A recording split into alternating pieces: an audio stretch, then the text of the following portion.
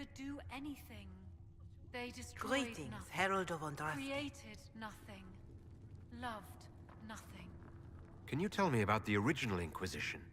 The original Inquisition was formed after the First Blight, well before the Chantry as we know it. The Inquisitors were hunters, zealots, who tracked and killed cultists and dangerous mages.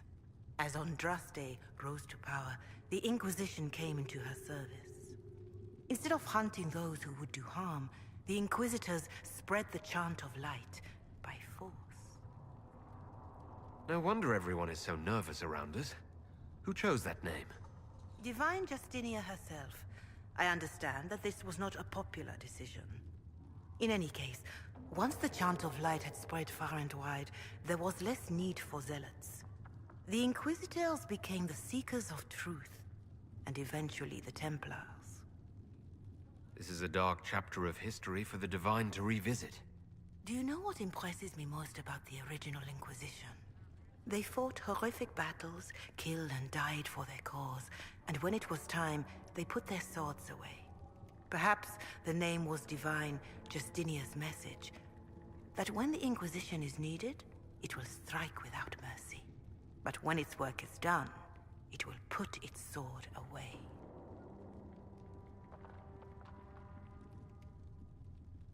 Do you know who the Grand Clerics will choose as the next Divine? It is a difficult decision.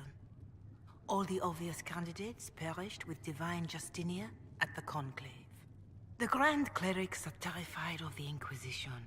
They will not decide soon, and I fear they will not decide wisely. Whoever is chosen needs the Inquisition's support. No one else seems likely to seal the breach. I don't believe I've had the chance to speak candidly with a revered mother. Can you tell me about the Chantry? I presume you mean deeper questions about the organization itself. Even in the circle at Ostwick, you should have been taught the basics. Why does the Chantry allow only human women to become priestesses? The official doctrine is that elves and dwarves have turned further from the Maker than humanity. And as for men, the chant holds that they are more vulnerable to anger or passion. But in truth, it is simply political, added after Andraste's death, like too many of our beliefs. If you don't believe these restrictions are what Andraste wanted, why haven't you tried to change them? Has the current state of the world not taught you the folly of fighting too many battles at once? I chose to use what power I had to help peasants forgotten by the nobles of Orlais. I believed there would be time to address their inequality under the Chantry once we had saved them from starving. There were calls for an exalted march to put down the Mage Rebellion. What was your opinion? It was ignorant gossip. An exalted march only succeeds when it carries the will of the people. Even then, it cannot be undertaken lightly. People are too easily frightened. We cannot destroy everything they fear. An exalted march is justified only against a true threat to this whole world. It is an offense to the Maker to use it as a political bludgeon, or as a means of spreading the chant of light. What about the exalted march that conquered the elves? That is a hotly debated matter in some circles of the Chantry. The elves had conquered Montsemard and threatened Val Royeaux itself. They were not helpless victims. But even then, Orlais was the only nation to provide troops. It was hardly an exalted march of all the faithful. The Maker wishes his world to spread by example, not by war.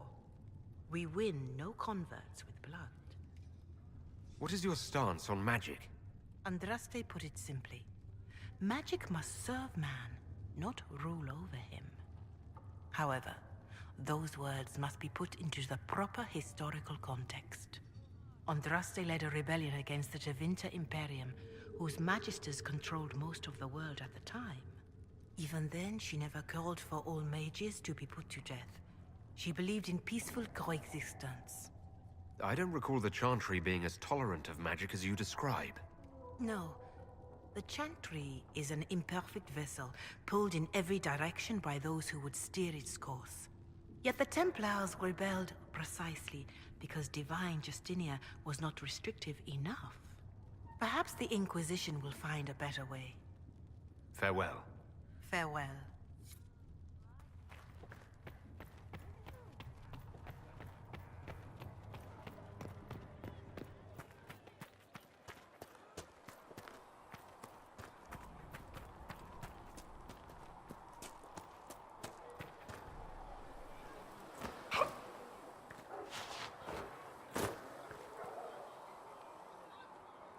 Closing the breach is our primary goal, but I hope we might also discover what was used to create it.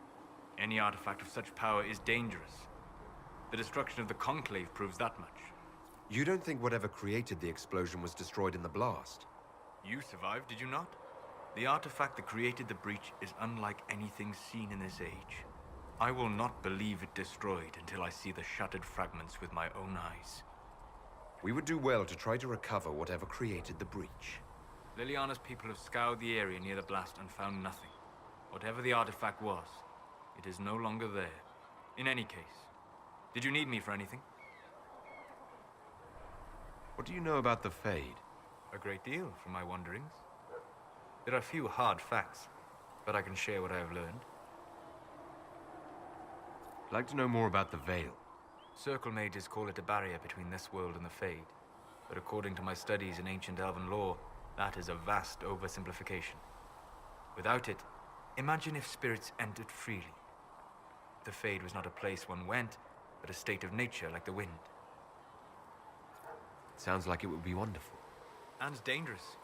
But yes, a world where imagination defines reality, where spirits are as common as trees or grass.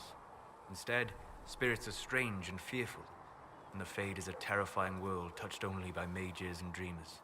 I am glad that I'm not alone in seeing the beauty of such a world, along with the obvious peril. I'd like to know more about the breach.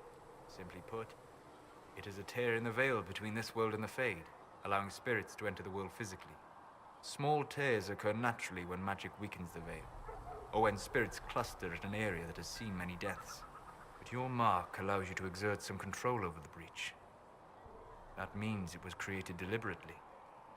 I'd like to know more about demons.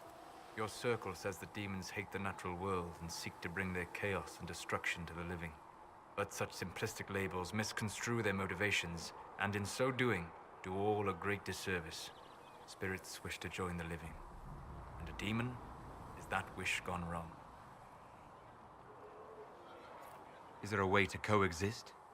To live with them? If not in peace, at least without such active confrontation. Not in the world we know today. The Veil creates a barrier that makes true understanding most unlikely. But the question is a good one, and it matters that you thought to ask. We'll talk later. Goodbye.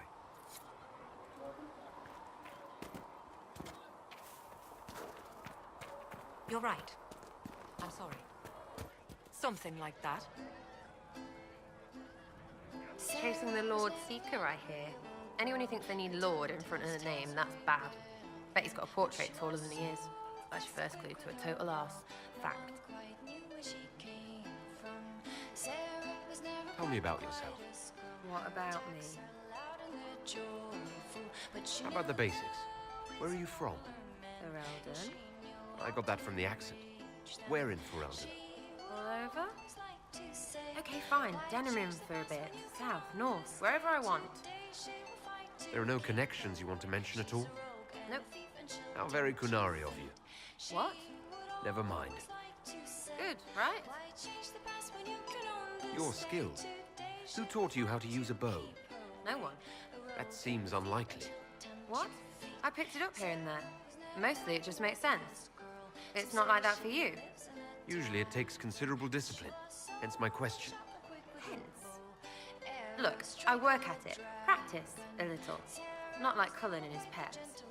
I mean, you miss, then you don't. Is it that hard to see when it's wrong? Is it an elf thing? Most I know couldn't find an arrow sitting on it. Right. Maybe I just make it look easy in shite company. Fact still is, no teacher. Where would I find one in alleyways anyway?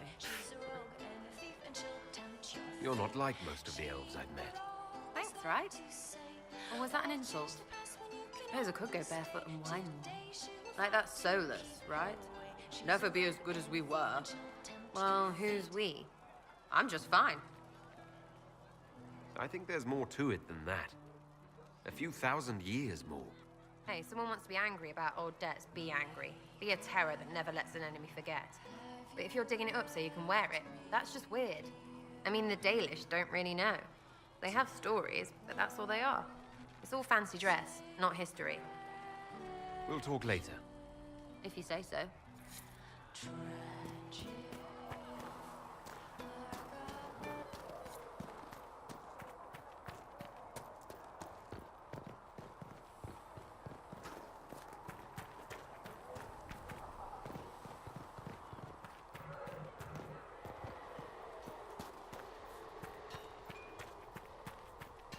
Travel safely.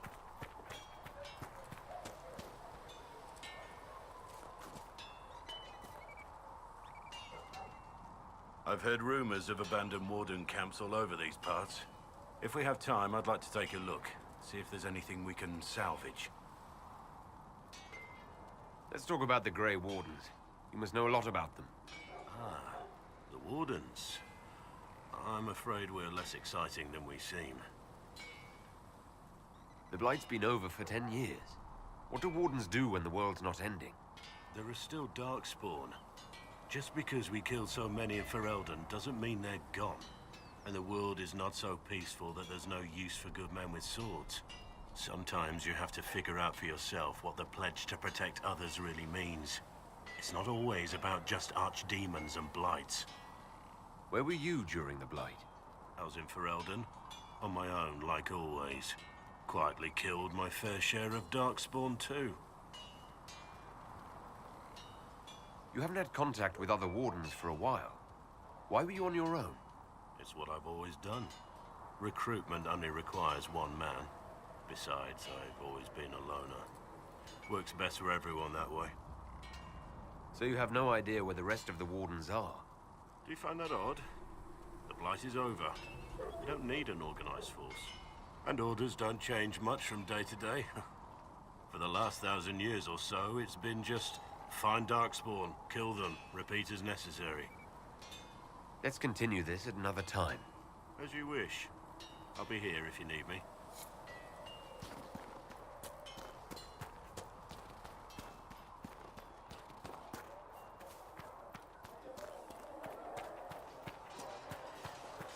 All things in this world are finite. You travelled some distance to reach Haven. You're from the Circle in Ostwick? And sisters do harm to their livelihood. I spent the better part of my life there. Feels strange to be away. It does at times. I'm still getting used to it myself. It's been interesting. I'm sorry. The Circle isn't the most pleasant topic of conversation right now, or ever. Shall we speak of something else? I should get to know you better. We're working together after all. What would you like to know? All right. Where are you from? I grew up in Ferelden, near Homneath. I was transferred to Kirkwall shortly after the Blight. This is the first I've returned in almost 10 years. You haven't seen Ferelden in 10 years. Are you glad to be back? I was not sorry to leave at the time. I did not expect to return.